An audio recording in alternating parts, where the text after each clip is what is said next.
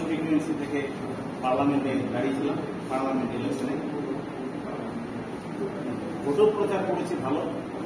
যেখানে যেখানে বক্তব্য রেখেছিল ছুটে এসেছে, আমার বক্তব্য শুনেছে এবং তারা সবাই ভালো বলছে এবং দলে দলে ছুটে আসছে যে রাজবংশী নেতাটা কি বলছে আমরা একটু শুনে আছি। তাতে আর এখানে এসে শুনলাম যে এনারা একটা নতুন দল খুললেন। ভবিষ্যতে উত্তরবঙ্গে টিএমসি বিজেপি বলে কোনো দল থাকবে না যদি এনারা সবাই মিলে একসঙ্গে কাঁধে কাঁধ মিলিয়ে সংগঠনটা করে।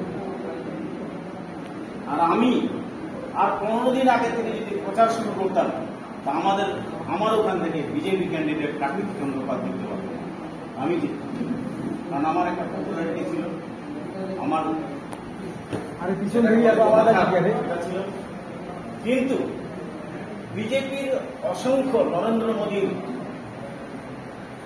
আশাতে রায়গঞ্জে হাওয়াটাকে পরিবর্তন করে গেলেন।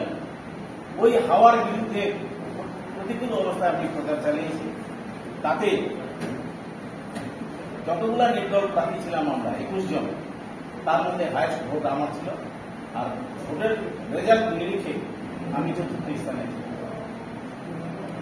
তাতে আগামী 26 নির্বাচনে এই জাতীয় সম্প্রীতি দল যদি ঠিকমতো কাজ করে,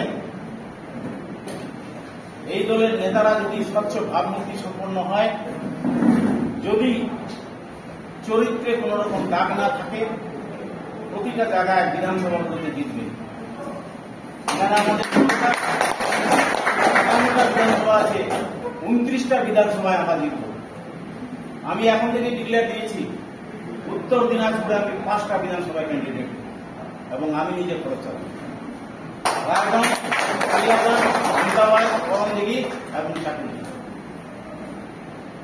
এরকম একাগ্রতা নিয়ে আপনারা সংগঠন করুন। আপনাদের সংগঠন এখন জন্ম নিল, এটাকে ভালোভাবে প্রতিপালন করুন। ভবিষ্যতে আপনাদের উজ্জ্বল হবে এবং সুন্দর হবে, এই আশাটাকে আমি আমার বক্তব্য শেষ করছি। নমস্কার।